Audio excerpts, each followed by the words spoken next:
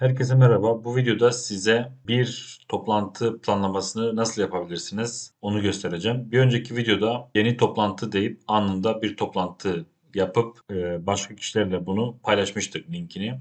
Bir önceki videonun linkini açıklama kısmında bulabilirsiniz. Bu videoda bir toplantı planlayacağız. Bunun için planlaya tıkladım. Planlaya tıklayınca buradaki konudan örneğin buradaki konuyu yazabilirsiniz. Bir dersse, bir toplantıysa, bir seminerse yani bunun ismini buraya yazabiliyorsunuz. Yazmanız gerekir. Burada videonun ne zaman toplantının ne zaman yapılacağı ve saatini yazmanız gerekiyor. Burada süreyi yazmanız gerekiyor ama şöyle bir şey var. Siz eğer ücretsiz versiyonu kullanıyorsanız en fazla 40 dakika yapabiliyorsunuz. Örneğin 45 dakika yaptım, hemen uyardı. Basic planında en fazla 40 dakika yapabilirsin diye bir mesaj geldi. Yani en fazla 40 dakika yapabilirsiniz eğer ücretsiz versiyonu kullanıyorsanız. Bu toplantı eğer sürekli tekrarlanan bir toplantıysa o halde bunu yinelenen toplantı diye bir kısımda seçebiliyorsunuz.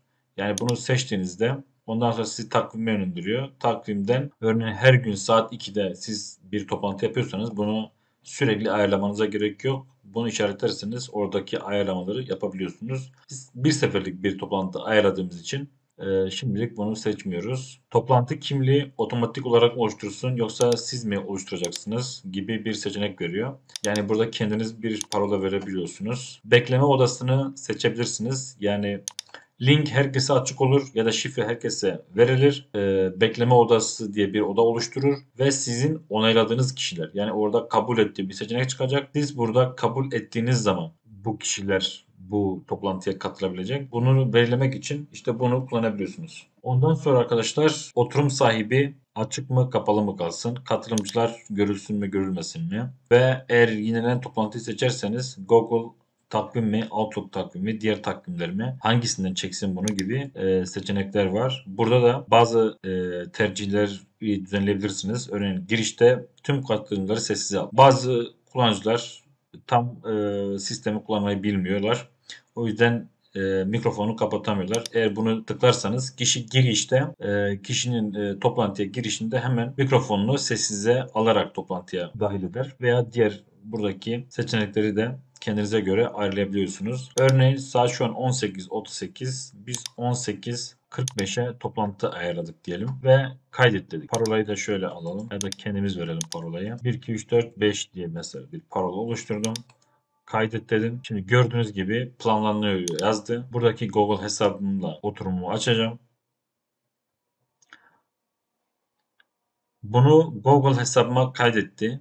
Kaydet dedim direkt hiçbir şey tıklamadan buradaki toplantı linkini ve toplantı kimliği parolasını burada kaydetti.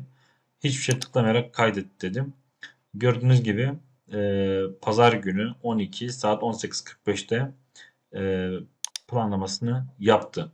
Yani bu linke katılacağım. Toplantı kimliğim bu ve parolam da bu. Bunu karşı tarafa gönderdiğiniz zaman arkadaşlar onlar da toplantıya katılabilecek.